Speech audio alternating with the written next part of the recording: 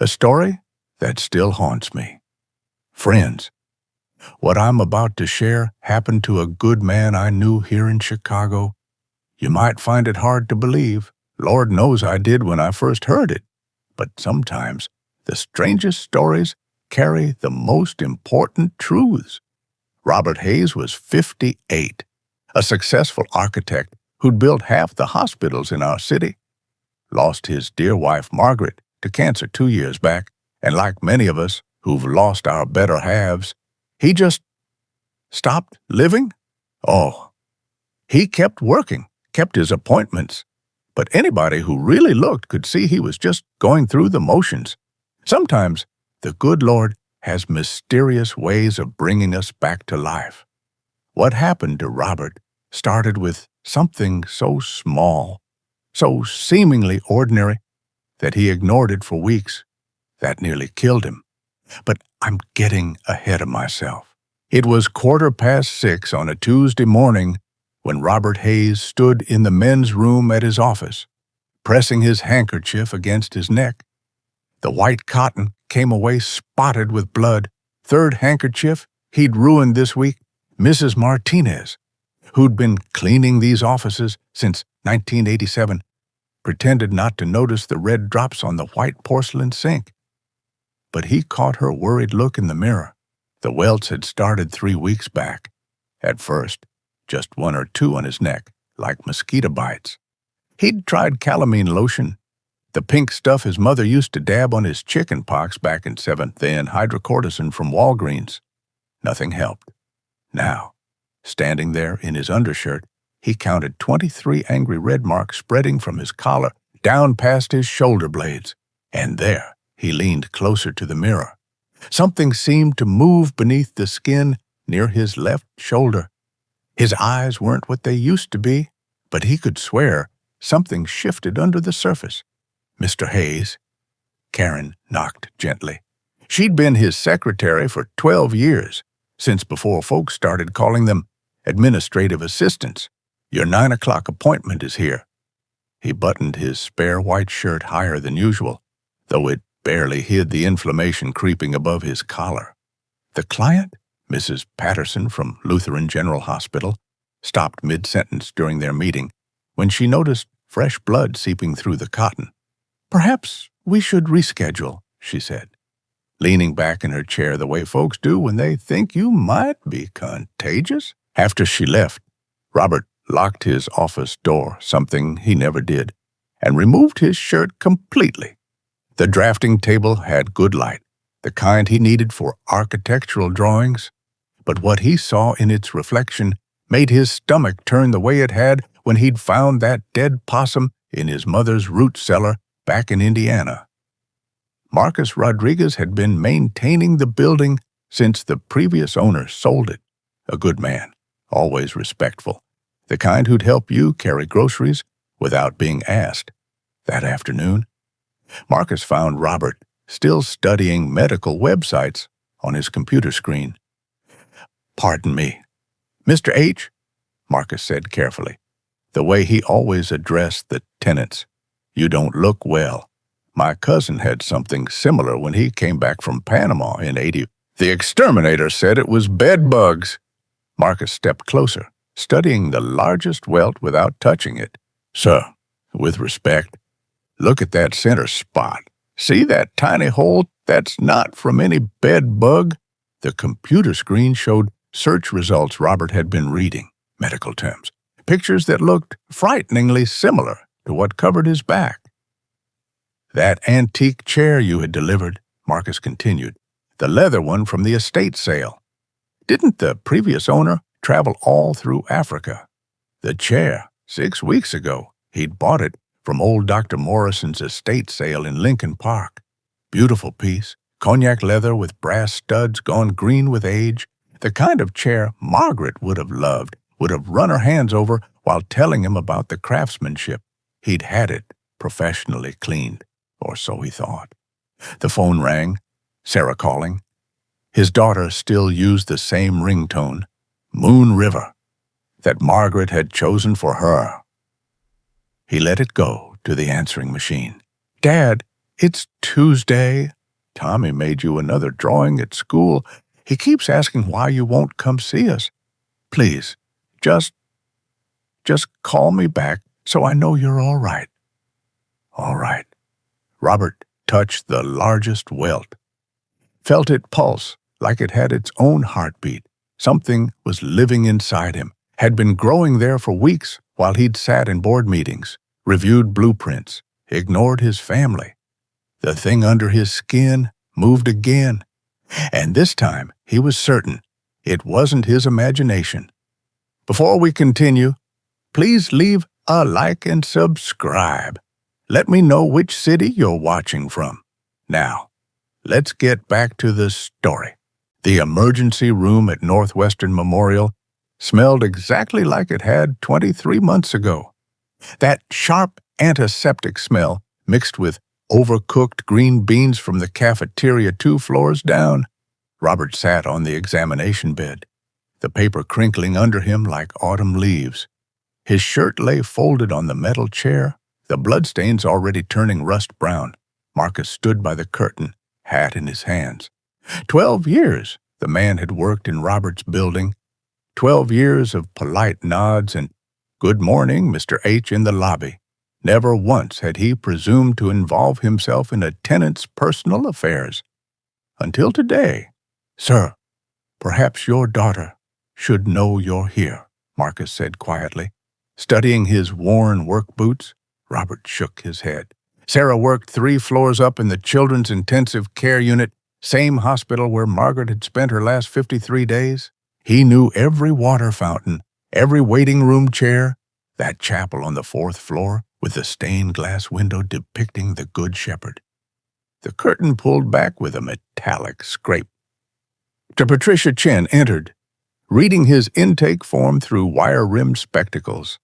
She looked up, studying him the way his mother used to examine vegetables at the farmer's market. "When did these lesions first appear, Mr. Hayes?" 3 weeks ago." His voice came out rough as sandpaper. "Started on my neck." She pulled on latex gloves with practiced movements, then moved behind him.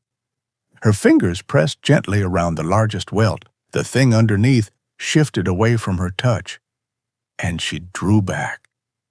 "Have you traveled internationally recently?" "No, ma'am." "Any new pets? Been around any farms?" "I live in a high-rise downtown." Here she examined the breathing holes with a magnifying glass, her breath steady and controlled, as old Dr. Watson's used to be when he'd made house calls to their farm. "Any new furniture? Anything imported?" The chair. That beautiful leather chair from Dr. Morrison's estate sale in Lincoln Park. Morrison, 91 years old when he passed. No family to claim his belongings. The auctioneer had mentioned the doctor's 40 years of medical work in Africa. A chair, leather, from an estate sale 6 weeks ago. Mr. Chen's hands stilled. "To James Morrison's estate." Robert nodded. "Yeah, I knew James. Brilliant man. Treated tropical diseases for 60 years. She prepared a metal tray with instruments that gleamed under the fluorescent lights. Also famous for his unexpected souvenirs from abroad. The local anesthetic burned going in, like yellow jackets, stinging all at once. Robert counted the ceiling tiles the way Margaret had taught him during her chemotherapy. 16 across, 24 down. The scalpel pressed against his skin, a small pop, then pressure. As Dr. Chen cut, something white emerged from the wound, segmented like a grain of rice, but moving, writhing as she grasped it with forceps. Dr. Chen held the writhing creature up to the light with her forceps. It was fat as a grain of boiled rice, white and segmented, twisting like something from the bait bucket Robert's father used to take fishing at Lake Michigan. "Cortylobia anthropophaga," she said, dropping it into a glass jar filled with clear liquid. "Tumbu fly, native to sub-Saharan Africa." She sealed the jar, then turned back to examine his back. "Mr. Hayes, based on the distribution pattern here, I estimate you're carrying approximately 20 more. 20 more living inside him." growing fat on his blood while he'd sat through partnership meetings, signed contracts, pretended everything was fine. The petroleum jelly felt cold as November rain against his skin. Dr. Chen spread it thick over each breathing hole, working in silence except for the squeak of her latex gloves. The larvae need oxygen, she explained, sealing another welt. They'll surface to breathe, then we extract them one by one. Robert gripped the examination table's edge. The paper beneath his palms was already damp with sweat, reminding him of those hot Indiana summers helping his father bale hay, shirt soaked through by noon. How long since you purchased the chair? Chen asked, preparing her forceps. 6 weeks. His throat felt dry as cotton. Did you have it cleaned? Yes, ma'am. Professional service. They guaranteed it was sanitized. Heat treatment. Chemical. They said tumbu fly eggs can survive standard chemical cleaning. She positioned herself over the first welt. They're remarkably resilient. They stay dormant until they sense body heat. Then they hatch. The first larva began to emerge, pushing through his skin like a splinter working its way out. Robert felt it. A wet, pulling sensation that made his stomach turn the way it had when he'd watched his mother pluck chickens for Sunday dinner. Chen waited, patient as a heron fishing. The white body writhed free, seeking air. She grasped it quick and clean, pulled it out, intact. One down. She dropped it into the specimen jar where it continued to move, coiling and uncoiling. 19 to go. Marcus shifted by the curtain, his work boots scraping the linoleum. Should I telephone someone? Mr. H., your office, your family? No. Robert watched Dr. Chen position the forceps over the second hole. Tell them I have the flu. Sir, with respect, you need family. Here. The second extraction, this one larger, having fed longer. Robert's stomach clenched as he watched it twist in the jar. Still alive, still seeking something to burrow into. These creatures had been living inside him while he'd sat in that leather chair each evening, drinking his scotch and staring at the city lights. Growing while he'd ignored Sarah's calls, 18 in the past month. He'd answered twice. Brief conversations. I'm fine, busy with work, can't talk now. Sarah.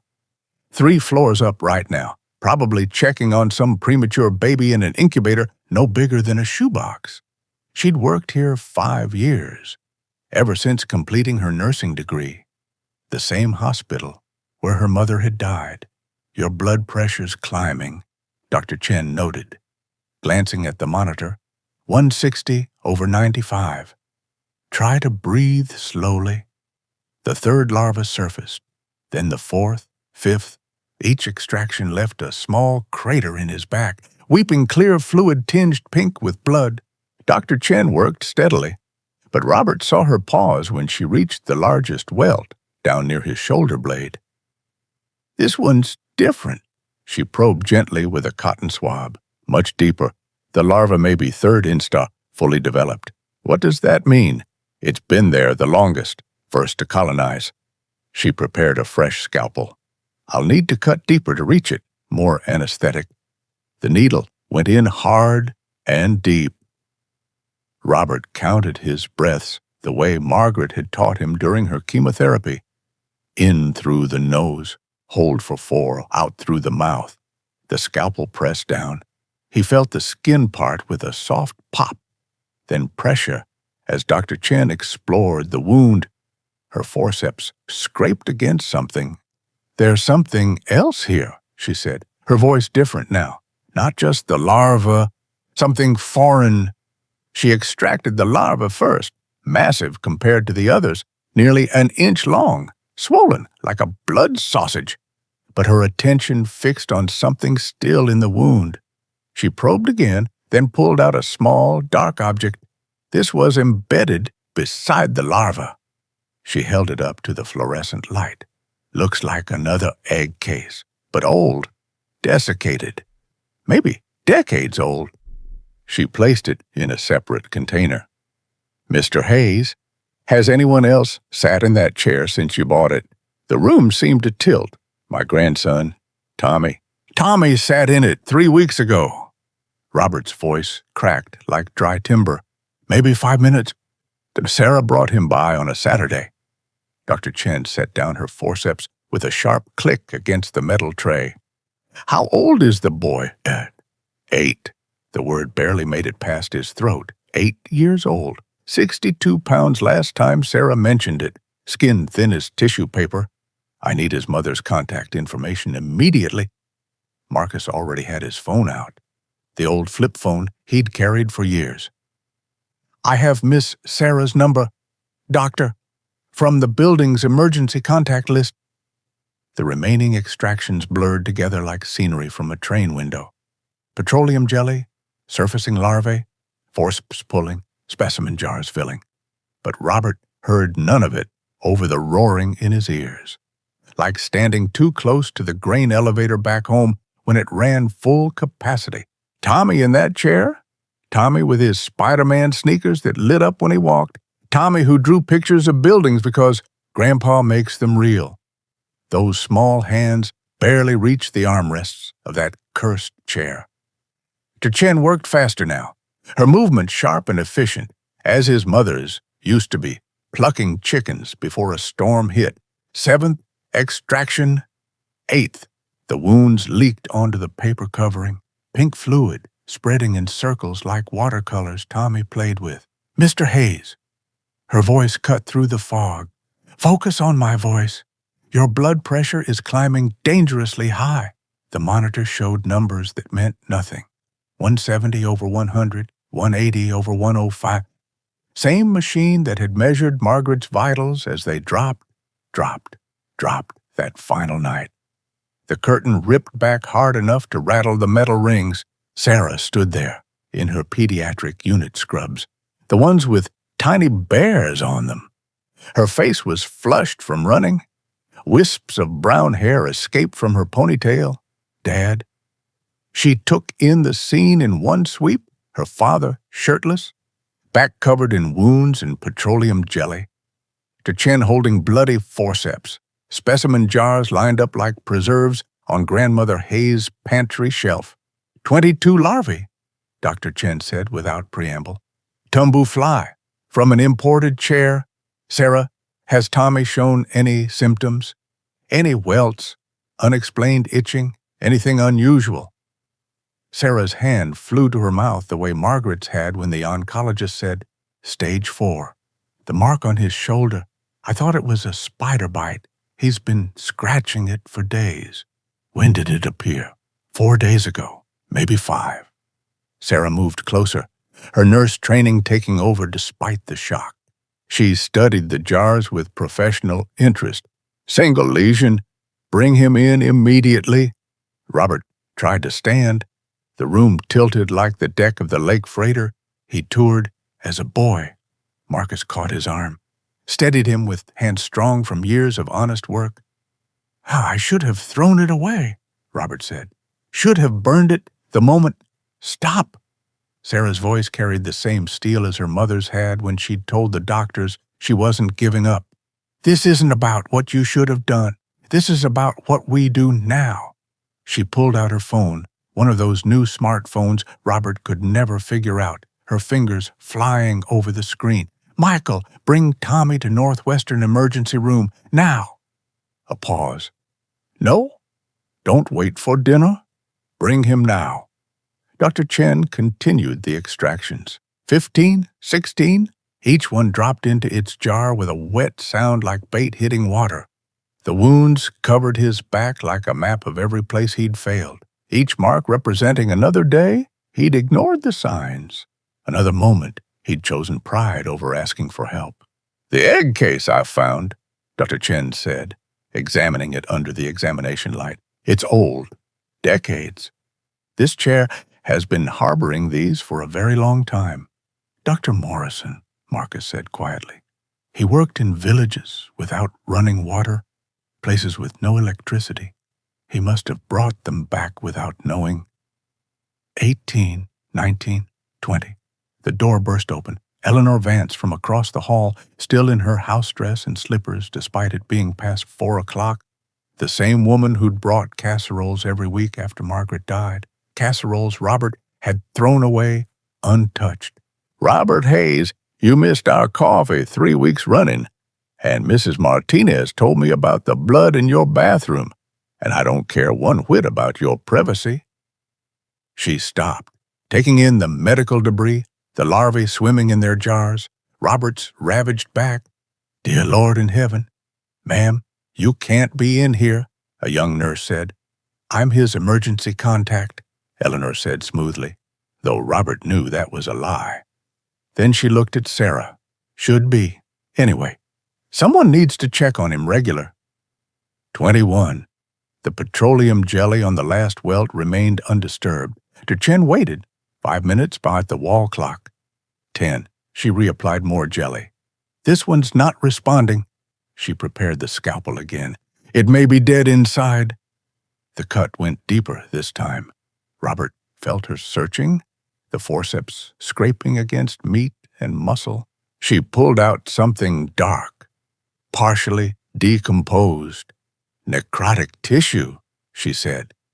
Then her expression changed the way his mother's had when she'd found the well water gone bad. "Mr. Hayes, this tissue around the dead larva is badly infected." She pressed gently around the wound. Yellow pus emerged, followed by a smell that made everyone step back, like the time they'd found that calf dead 3 days in August heat. "How long have you been running a fever?" Dr. Chen asked. 3 days, Robert said, his tongue thick as felt. "Maybe 4. Dr. Chen pulled back his eyelid with her thumb, shone her penlight straight into his pupil. The light stabbed deep into his skull, like those headaches he'd gotten working the feed mill summers during high school. "Your sclera is injected with blood, severely dehydrated." She pressed 2 fingers against his neck, right where his mother used to check for fever. "Pulse is thready and irregular. We need cultures, blood work, and IV antibiotics immediately." Sarah grabbed the wheelchair from the corner, the old kind with the vinyl seat that squeaked. "Dad, you need to sit down. I can walk." "Sit down." Her hands guided him into the chair, firm but gentle. The same hands that kept premature babies alive, with machines smaller than his drafting tools. The hallway tiles blurred past, that green and white pattern they'd used in every hospital since the 50s. The overhead fluorescents flickered like the ones in the old Woolworths where Margaret used to buy fabric. Sarah's white nursing shoes squeaked against the waxed floor, the same sound the nurses had made during Margaret's final week. "Tommy's here," Sarah said, pushing him faster. "Michael's parking the Buick." Robert's fingers dug into the wheelchair's armrests, cold metal beneath cracked vinyl. His grandson, 8 years old, the same age Sarah had been when Margaret taught her to make apple butter, standing on a step stool to reach the stove. "Don't," Sarah said, reading his mind the way her mother always could. "Whatever you're thinking, don't." The treatment room was bigger, set up for procedures. An IV pole waited in the corner like a scarecrow in an empty field. Dr. Chen entered with a tray of supplies, followed by a young resident who looked barely older than the boys who delivered groceries. "This is Dr. Morrison," she said, and the name hit Robert like ice water. Morrison, same as the chair's owner, the man who died alone at 91. "Interesting coincidence," the young Dr. Morrison said, pulling on gloves. "Though James Morrison was something of a legend here, treated parasitic infections for 60 years, saved thousands in Africa." Sarah helped Robert onto the examination bed. The paper crinkled like the tissue paper Margaret used to save from Christmas presents, smoothing it out to use again. The young Morrison tried for a vein, missed once, twice, finally found purchase on the 3rd attempt, right in the crook of Robert's elbow where track marks from Margaret's IVs had been. "Clindamycin and vancomycin," Dr. Chen ordered. Broad-spectrum antibiotics until the cultures come back. The medicine burned going in, like grain alcohol on an open cut. Robert watched the bag drip. 12 drops, 13, 14. Same rhythm as Margaret's morphine drip those last 3 days. Michael appeared in the doorway with Tommy pressed against his leg. The boy wore his Lakers jersey, the one that hung down past his knees, and a small Band-Aid on his left shoulder. Michael, still dressed like a proper schoolteacher, pressed khakis, Oxford shirt, the same style Robert's own teachers had worn back in Indianapolis. "Hey, Dad," Michael said carefully, "the way you'd talk to a spooked horse." "How you holding up?" Tommy peered around his father's hip. His eyes went wide at the medical equipment, the IV pole, the monitor with its green lines jumping, the specimen jars Dr. Chen hadn't yet removed. 22 larvae floating in preservative, some still twitching like minnows in a bait bucket. "What are those?" Tommy whispered. Sarah knelt beside him, her knees popping the way Margaret's had started to at that age. "Remember when Whiskers had fleas last summer? These are like that, but different. Are they from Grandpa? From a chair Grandpa bought." Chen approached with the kind of smile nurses learned for frightened children. "Hi, Tommy. I'm Chen. Can I look at your shoulder?" Tommy pressed closer to Michael but nodded. The Band-Aid came off slow and careful. Underneath, a single red welt with a dark center, a breathing hole no bigger than a pinprick. Robert's vision narrowed like looking through a pipe. One larva, just one, but in that small body feeding for days while nobody knew, while Sarah thought it was a spider bite, while Robert had hidden in his apartment, too proud to answer the phone. "Good news," Dr. Chen said, keeping her voice light as summer rain. "Just one visitor, and we can get it out easy as pie. Won't hurt a bit." "Will I need a shot?" Tommy's voice was small. "Just some special jelly, like Vaseline. The little bug will come out to breathe, and I'll catch it with special tweezers." Sarah held Tommy's hand while Dr. Chen worked. The petroleum jelly went on thick as cake frosting. They waited. "Tiba," Tommy squirmed, Michael distracting him with stories about the science lab at school, the volcano that erupted too big and set off the fire alarm. "There," Chen said softly. The larva emerged, smaller than Robert's had been, white as a grain of rice. One quick movement with the forceps and it was out, dropped into a jar where it coiled and uncoiled like something looking for home. "All done," Dr. Chen announced. "You were very brave." Tommy stared at the jar the way Robert used to stare at lightning bugs in mason jars. "It was inside me." "Not anymore." "Why did it go inside?" "That's what these bugs do. But they're all gone now." Eleanor had been standing in the corner quiet as church, but now she cleared her throat.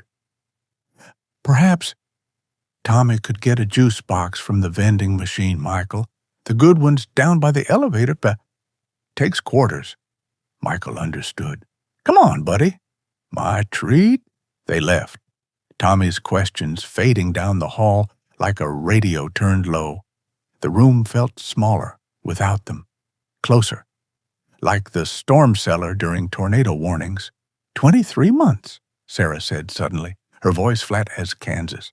"That's how long Mom's been gone. 23 months. And you've answered maybe 8 of my calls. 8. Robert studied the IV tube, clear fluid dripping into his vein at the same angle, same steady rhythm as Margaret's had. The tape holding it in place was the same white cloth tape. Even smelled the same, like adhesive and alcohol. "I called you the night she died," Sarah continued.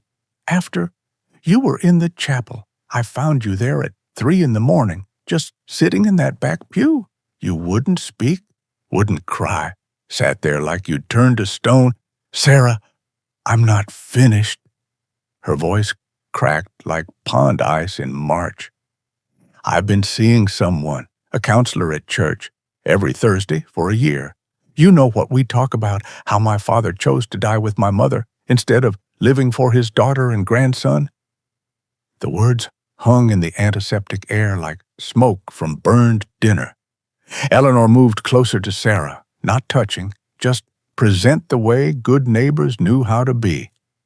Oh, that's not, Robert started. Not what? Not true. Sarah's eyes were Margaret's eyes. That same brown with gold flecks. You stopped coming to Sunday dinners, stopped visiting, stopped answering the phone. You kept the firm running, kept designing buildings, but you stopped being a person. You became like one of your blueprints, all structure, no life. DeChennetis checked his vitals, pretending to be busy with the monitor. Blood pressure still high, 160/95. The cuff squeezed his arm like his father's hand used to when teaching him important lessons. The chair, Robert said, grasping for something solid. I bought it because she would have loved it. The leather, the brasswork. She always said every piece of furniture has stories. Has stories. I know. She told me too. Sarah wiped her face with her sleeve, the way she had as a child with skinned knees. But you turned into furniture yourself. Just an object taking up space. Marcus had been silent by the door, holding his cap like men did in church. Now he stepped forward, work boots heavy on the linoleum. Mr. H., that morning, 3 weeks ago when I found you in the hallway, scratching until you bled. You said her name, Mrs. Margaret's name, first time I heard you speak it, since the funeral. Robert remembered.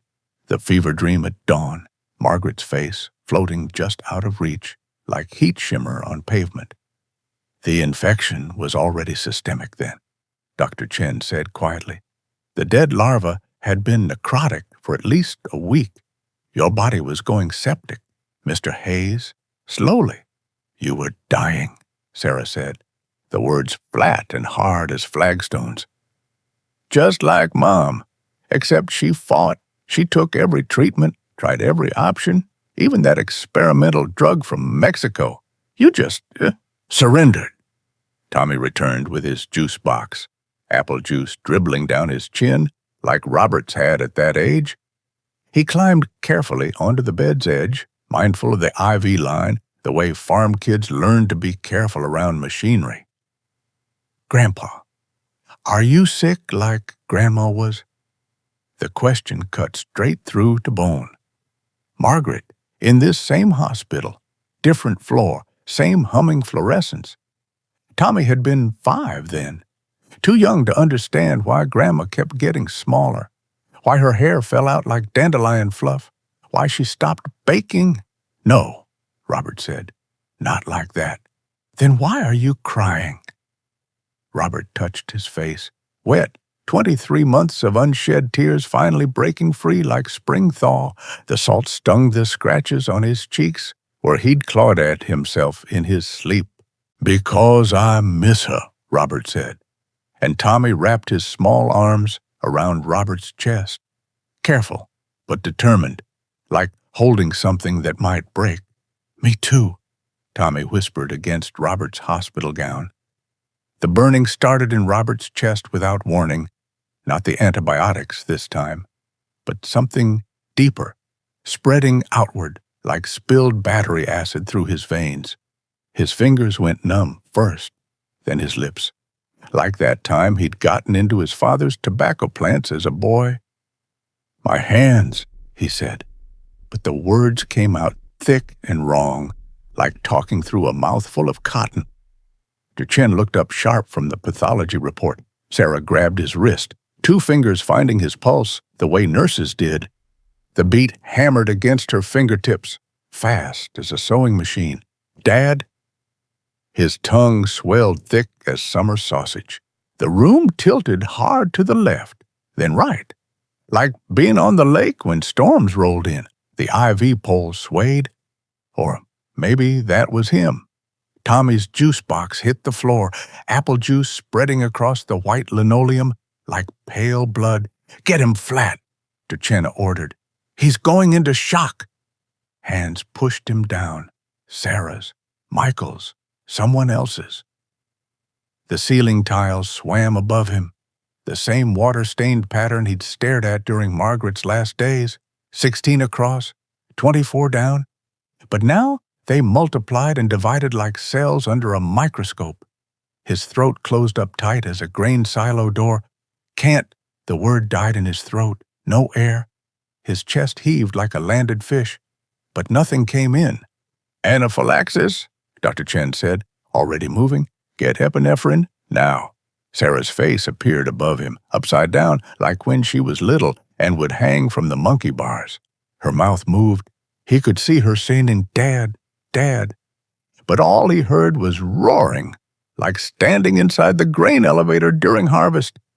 The young Dr. Morrison pressed the cold metal of his stethoscope against Robert's chest. Severe bronchospasm, heart rate 160 and climbing. A needle stabbed into his thigh, right through his trousers. Epinephrine, the same stuff they'd kept on hand for Margaret's bee allergy. The burning spread up through his neck into his skull like fire ants under his skin. His back arched up off the bed, hard enough to lift him clear. Hold him! He's seizing! More hands. Eleanor's voice, high and thin. Dear Lord in heaven, please help this man. Please, Lord. Tommy screaming somewhere distant. Michael's arms scooping up the boy, carrying him out. Code Blue, Treatment Room 7. Code Blue, Treatment Room 7. The same announcement he'd heard that night with Margaret. Different room, same tinny intercom voice echoing down the halls, same words that meant someone was dying. The crash cart slammed through the door, hard enough to rattle the specimen jars. Bodies in scrubs surrounded him like moths to a porch light. Someone cut his shirt with those scissors that could cut through pennies. Margaret had been fascinated by those. Cold gel on his chest, thick as axle grease. Not yet, someone said. Still has a pulse? Barely. Sarah's hand found his through the chaos. Her fingers trembled against his palm like baby birds. Don't you dare, shh, she whispered fierce in his ear. Don't you dare leave like she did. You hear me, don't you dare. More medication pushed through the IV, something that made his heart skip and stutter like a bad motor. His throat loosened just enough. A whisper of air, like through a cocktail straw. Then more. The tunnel vision pulled back in stages, like backing out of a cave. Larval antigens, Dr. Chen explained to someone, her voice coming through cotton. The dead larvae released toxins when they decomposed. His immune system is overreacting. Robert had tried to speak. Only a wheeze came out like air from a punctured tire. Sarah leaned closer, her ear near his mouth. Tommy. He managed. Michael took him to the waiting room. He's okay. You're okay. But the monitors said different. Blood pressure dropping like temperature in January. 80 over 50, 70 over 40. Numbers falling like leaves. Push fluids. Get methylprednisolone. High dose. Get it now. The room filled with more people. Robert recognized Dr. Brennan from oncology, Margaret's doctor. The one who'd delivered the diagnosis that February morning when the world ended. 53 days to live. She'd lasted exactly 53. Heard the code, Brennan said to the team. Recognized the name on the board. Same stubbornness as his wife, Brennan added, checking the monitors. She coded 3 times. Came back each time. Wouldn't let go. Robert's eyes found Sarah. She was crying now, still holding his hand, looking so much like Margaret had near the end, exhausted from carrying everyone else's fear on top of her own. I'm sorry. He whispered through the oxygen mask. Save your air. Just breathe. The medications worked slow as molasses. Blood pressure creeping up degree by degree. Breathing easier, but still labored, like through wet wool. The crash team stayed, watching, waiting for him to die or not die. Eleanor appeared in his field of vision, her prayer group behind her. Mrs. Martinez, still in her cleaning smock. Louis from the firm in his three-piece suit. Marcus still holding his cap. Others from the building Robert had never spoken to beyond mail-room pleasantries. "Prayer circle," Eleanor announced matter-of-fact as announcing rain. "Been meeting every Tuesday since Margaret passed. You never knew. We prayed for you anyway." Tuesday coffee, Eleanor's invitations he'd ignored for 23 months, pretending he wasn't home when she knocked. But they'd been meeting, praying for him even as he'd thrown away their casseroles, ignored their calls. Louis stepped forward, loosening his tie the way men did at wakes. "Robert, the whole firm's in the waiting room, all 43, Karen called everyone. At 43 architects, Robert knew 7 names, maybe 8, but they'd all come. Left their dinners and families to sit in uncomfortable hospital chairs for a boss who'd barely acknowledged them existed. "Why?" Robert asked through the mask. "You designed the pediatric wing," someone said from the back. "Where my daughter got treated for leukemia.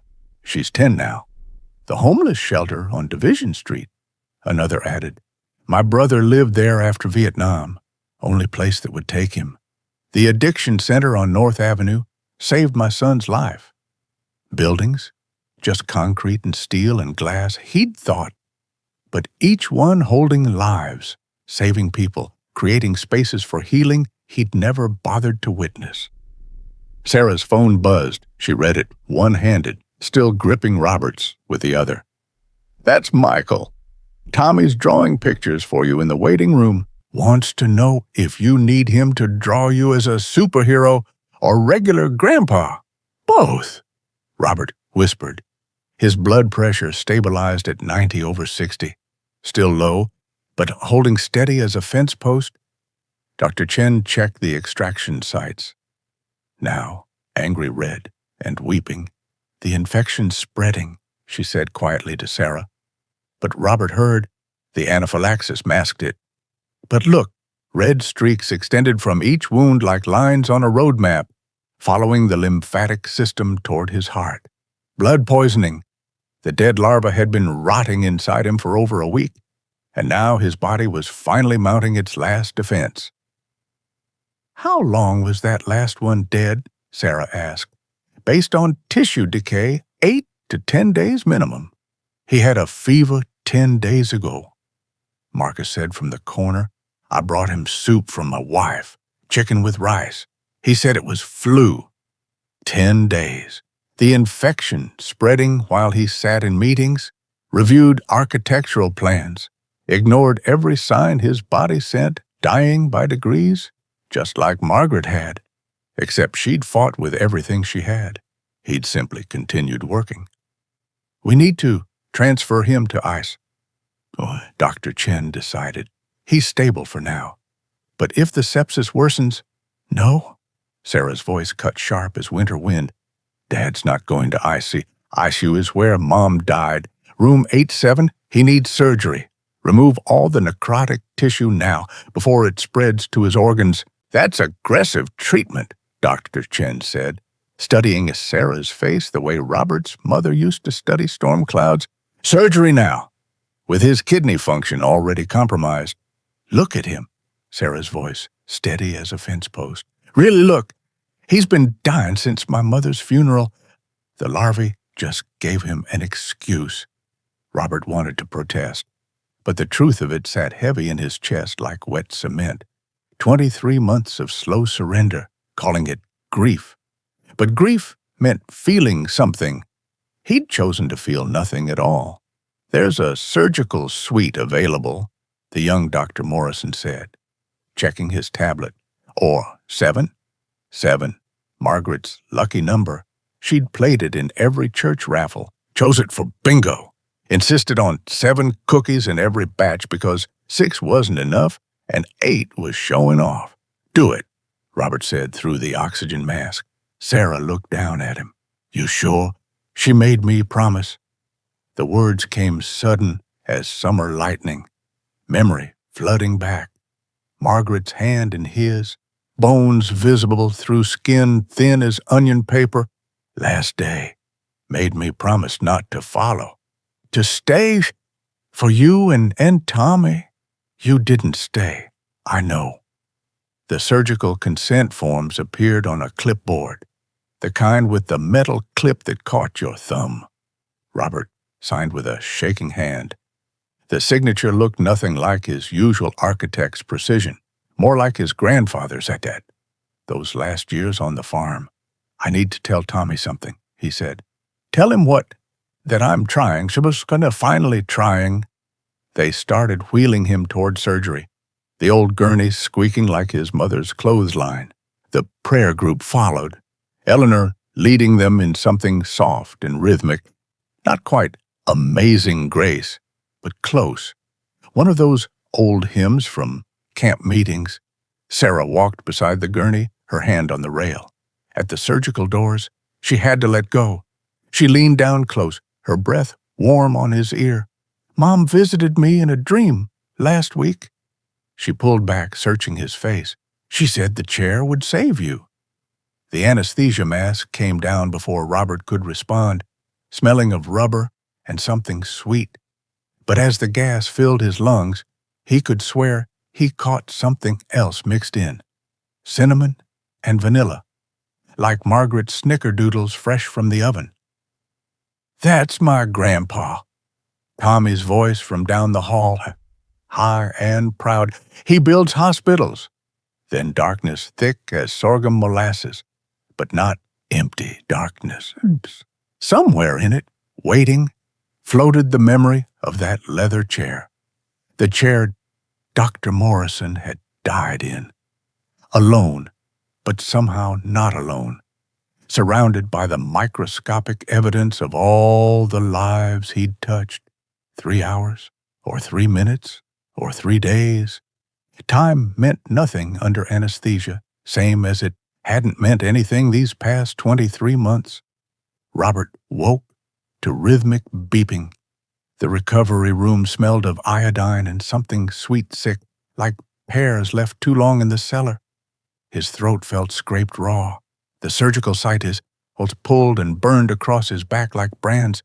Sarah sat in the visitor's chair, still in her scrubs. She looked up from something in her lap. Papers, lots of them. The surgery. Robert's voice came out like gravel in a coffee can. They got it all. The necrotic tissue. But, Dad... She held up the papers. Michael went to your apartment to get your insurance cards. He found these letters, all addressed to Margaret, all unsent. Robert recognized his own handwriting, precise as architectural specifications. Day 1, Sarah read aloud. You died today. I don't know how to be in this world without you. Her voice caught. Day 47, Sarah called. I couldn't answer. What would I say? That I sit in the dark and pretend you're just in the kitchen. Don't. Day 198. Tommy drew me a picture. I can't look at it. He has your eyes. The pages rustled like corn husks. 23 months of grief mapped out in blue ink. There's more, Sarah said. She held up architectural plans. These were under Tommy's drawings on your drafting table. A house, single story, bitted by doorways, wheelchair accessible. A room labeled Tommy's workshop. Another marked future grandchildren. A kitchen island designed specifically for teaching baking, Margaret's recipe height. The date on these plans, Sarah said, 2 weeks before Mom's diagnosis. They'd been going to surprise her. A multi-generational home where everyone could grow old together, like the farm families Robert remembered from Indiana. We were going to tell you at Christmas, he said. Why didn't you? After the diagnosis. It seemed pointless. Eleanor appeared in the doorway with Marcus. They carried boxes. We found more, Eleanor said. Check registers, donation receipts. Sarah read through them, her face changing like weather. Dad, you paid for Eleanor's cancer treatment $47,000. Insurance had limits. Robert said. My boy's college, Marcus added quietly. You told him he got a scholarship. Let him think he earned it all himself. He did earn it. The neighborhood food bank, Eleanor continued. Monthly donations, the addiction center where Lewis's son got clean, the warming shelter. Dad, you gave away nearly $500,000. Mom's life insurance didn't need it.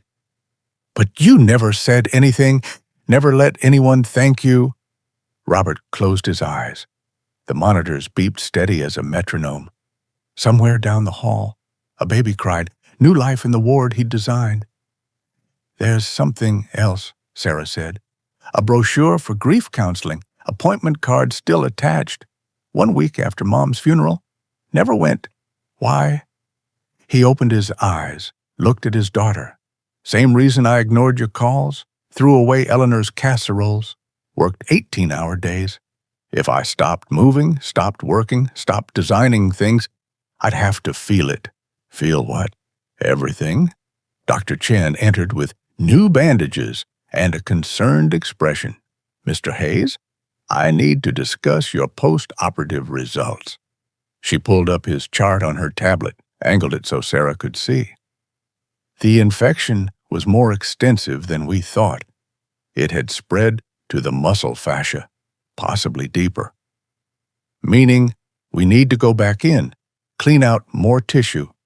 But your kidney function... She paused. Your creatinine levels are rising. Another surgery could push you into kidney failure. What's the alternative? Aggressive antibiotics.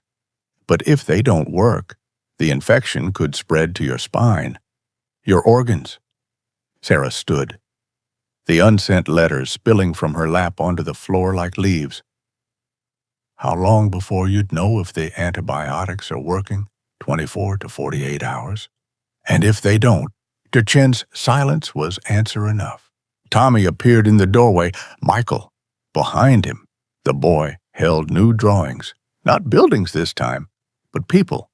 Stick figures, holding hands in a chain that went off the page. Grandpa, I drew our family, but I had to tape more papers together because it kept getting bigger. Robert looked at the chain himself. Sarah, Michael, Tommy, then Eleanor, Marcus. Names written in crayon under each figure.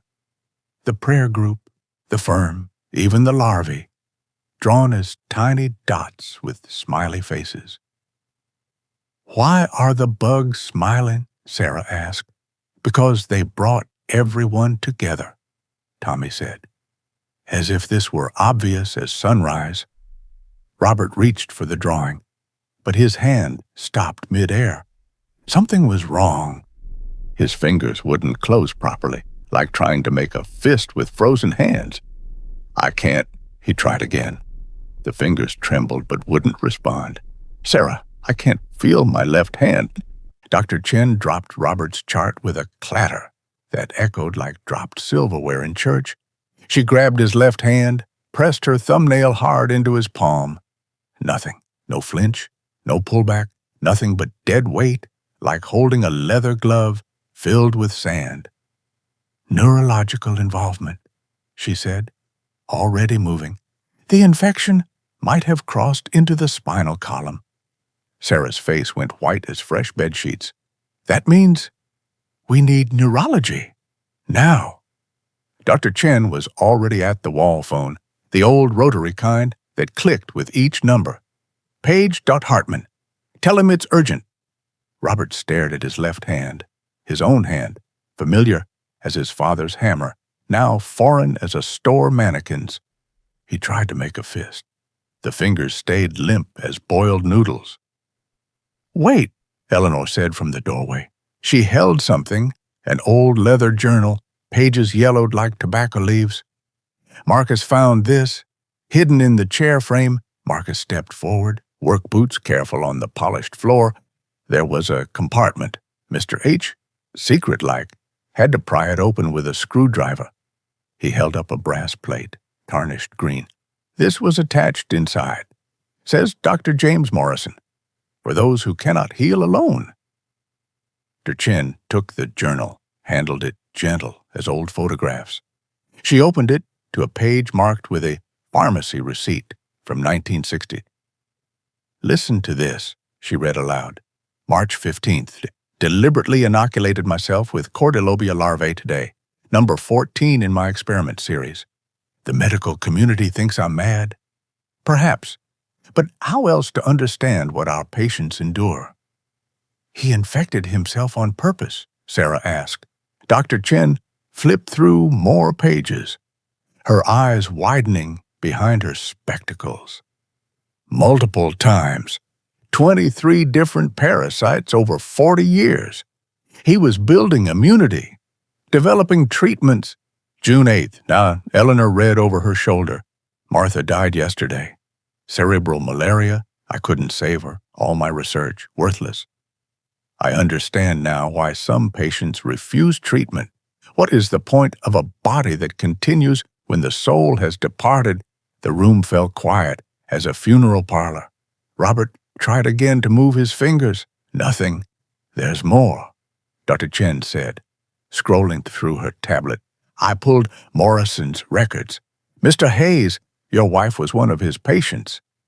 The monitors seemed to skip a beat. "What?" "Margaret Hayes, pancreatic cancer. He consulted on pain management near the end. His name's in her files." As Sarah pulled out her phone, fingers working the screen. "Here it is. Morrison, J., consulting physician, 3 days before she died."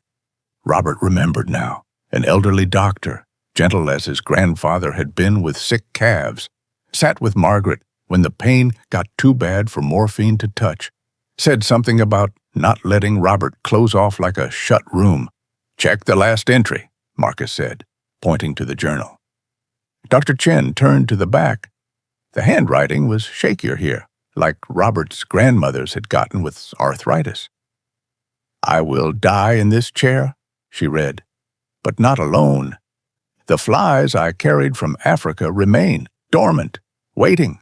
Someday the chair will find someone else who sits in isolation. Perhaps they'll have family who won't let them disappear. The body's crisis often dampens the soul. May whoever inherits this chair also inherit the lesson it took 60 years to learn. Healing requires witnesses. No one recovers alone."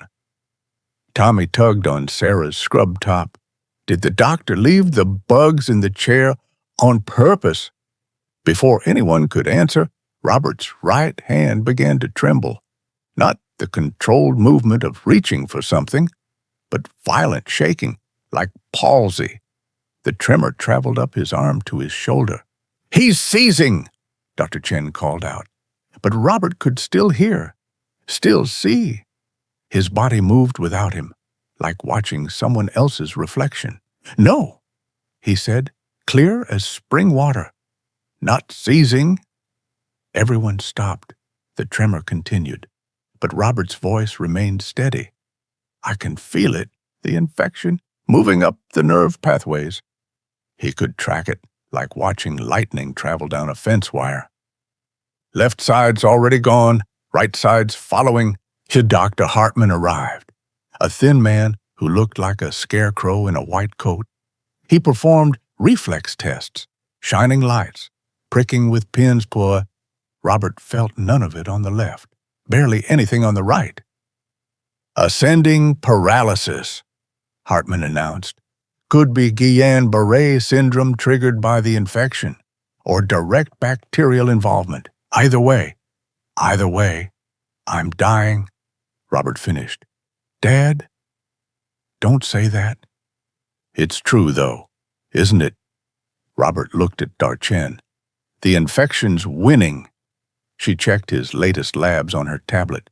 "Your white cell count is dropping, not rising. That's unusual." "What does that mean?" "I'm not sure. It's like your immune system is giving up." Tommy climbed carefully onto the bed, mindful of the wires and tubes. "Grandpa, are you scared?" The question hung in the air like dust motes in afternoon sun. Robert considered lying, the way adults did to protect children. But Tommy had Margaret's eyes. That same knowing look. Yes, Robert said. Me too. When Mom told me Grandma wasn't coming home, Tommy pulled out another drawing from his pocket, crumpled from being carried. I drew this for her, never got to give it. The picture showed a simple house with smoke curling from the chimney. A woman stood in the doorway, arms open. Above it, in green crayon, heaven looks like home. She knew, Tommy said. I think she knew anyway. Sarah started crying, silent tears that she wiped with her sleeve. Michael put his arm around her, pulled her close. There's something else in Morrison's journal, Eleanor said, voice gentle as rain. A photograph. She peeled it from the back cover where it had been glued, black and white, edges yellowed. Morrison, much younger, standing with a woman, Martha, presumably. But behind them, barely visible, another couple. Sarah gasped, That's Mom, pregnant with me. Robert squinted at the photo, Margaret, round with child, glowing the way she had those 9 months. And beside her, himself, 32 years younger, full of plans. Turn it over, Marcus suggested, on the back. In Morrison's hand, Kenya Medical Conference, 1992. Blessed this child in the womb, may she be a healer. We met him, Robert whispered. I'd forgotten. Margaret was 7 months along.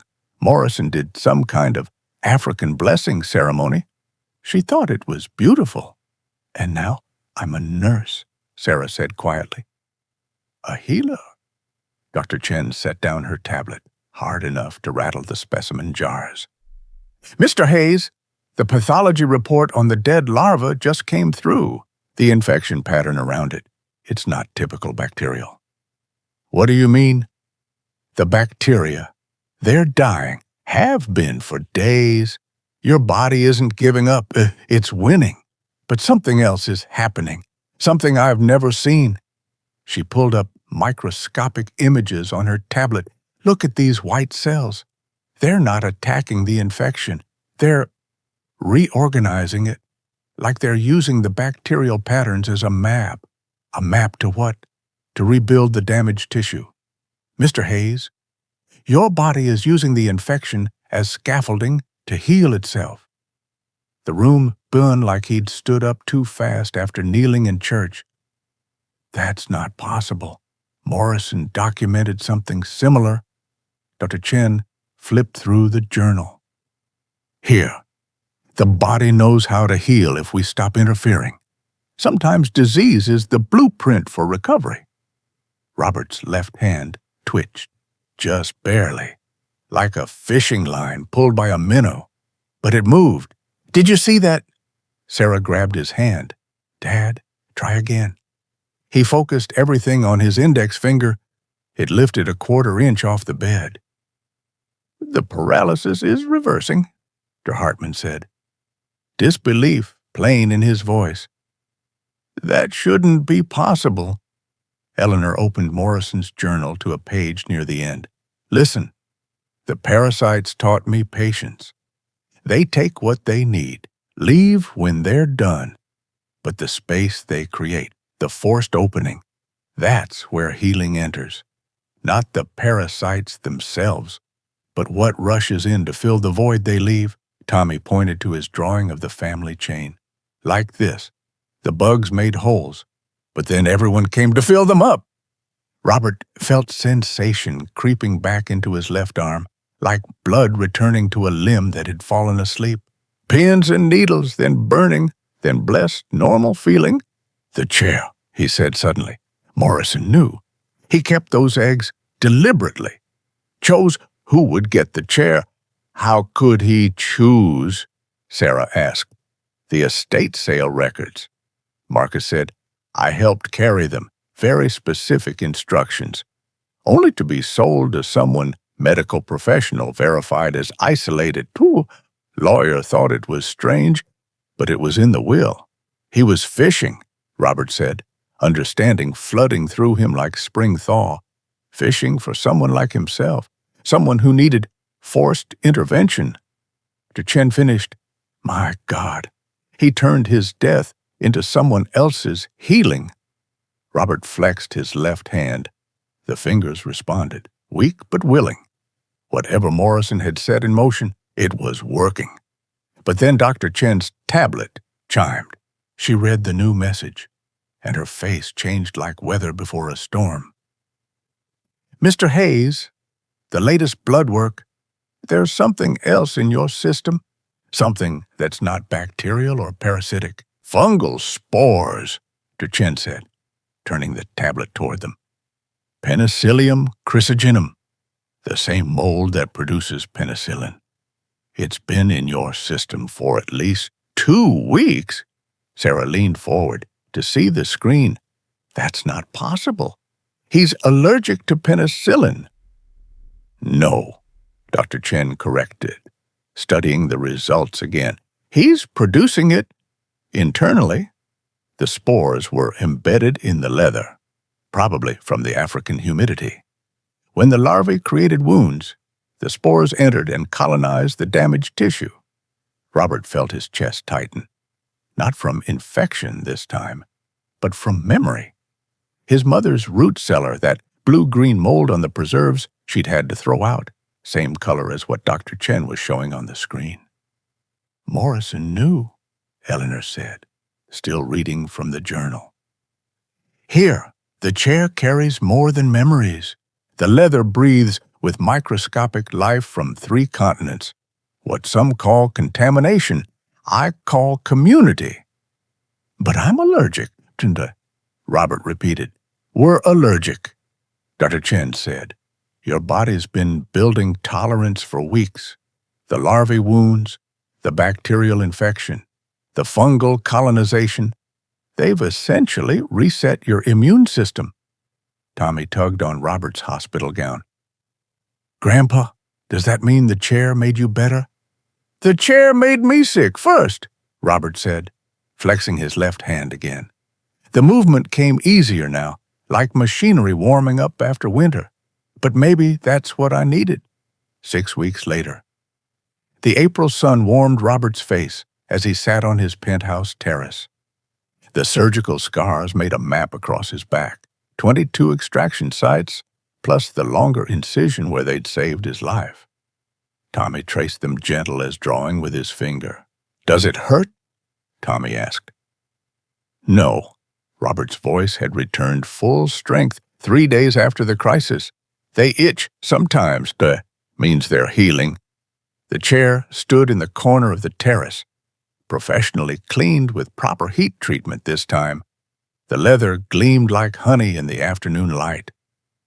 The museum accepted it, Marcus announced, coming through the sliding door with papers.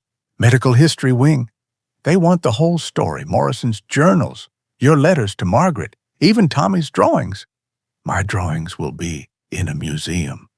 Tommy's eyes went wide as silver dollars.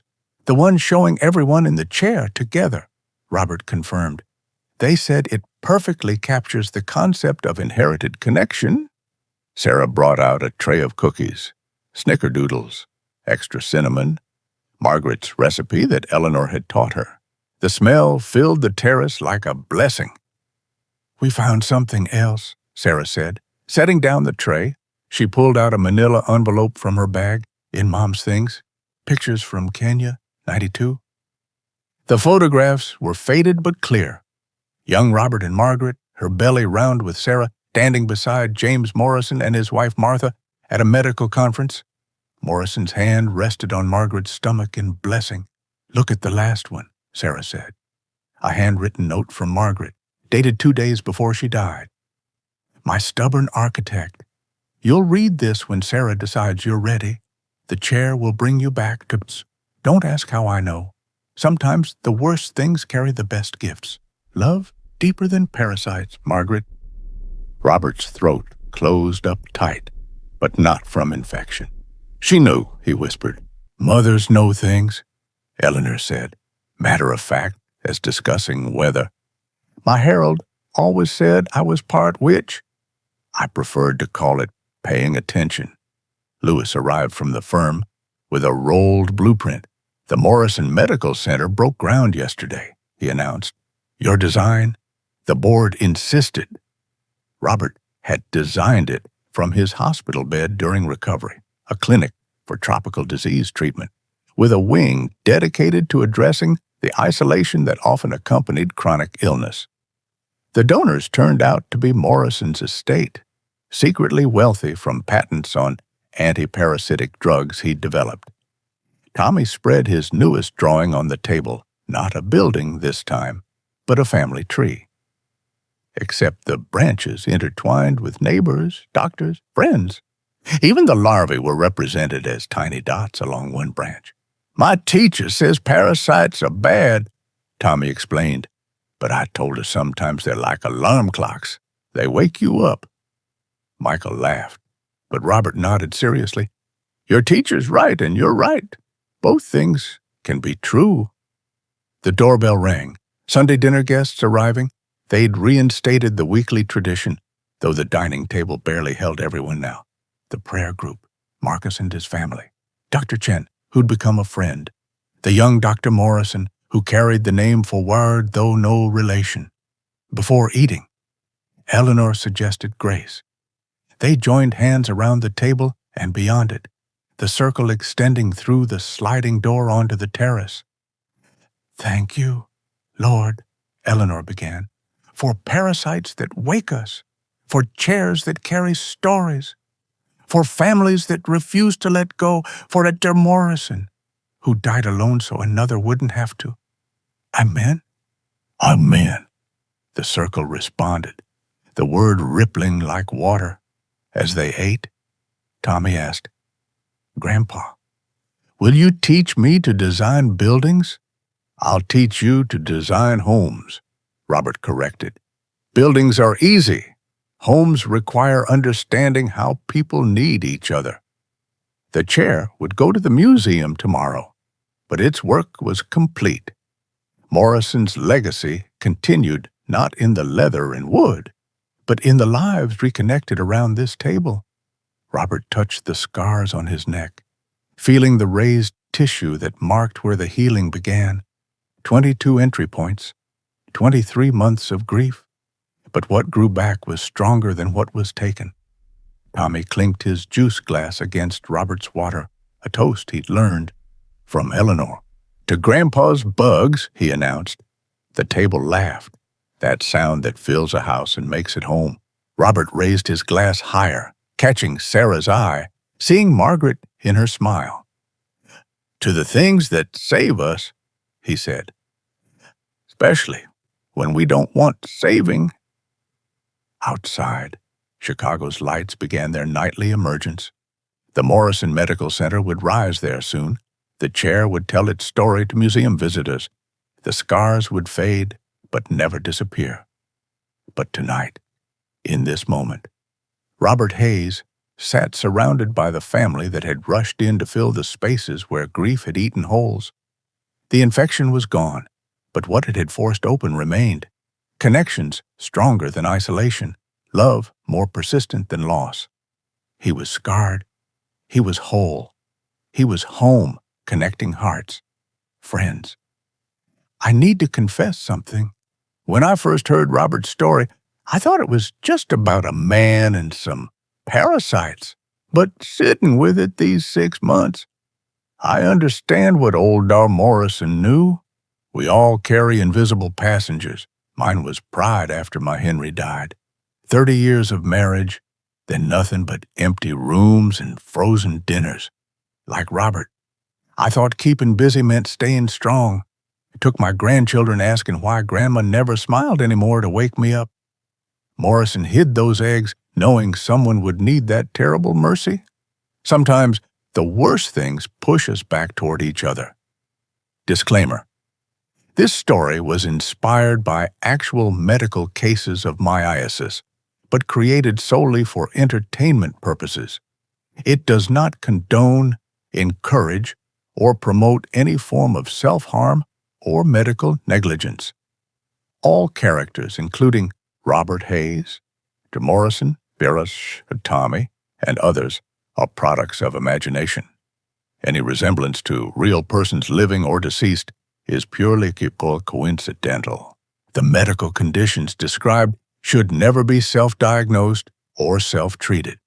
Always seek professional medical attention for health concerns. This narrative explores themes of grief, isolation, and healing through fiction, not medical advice.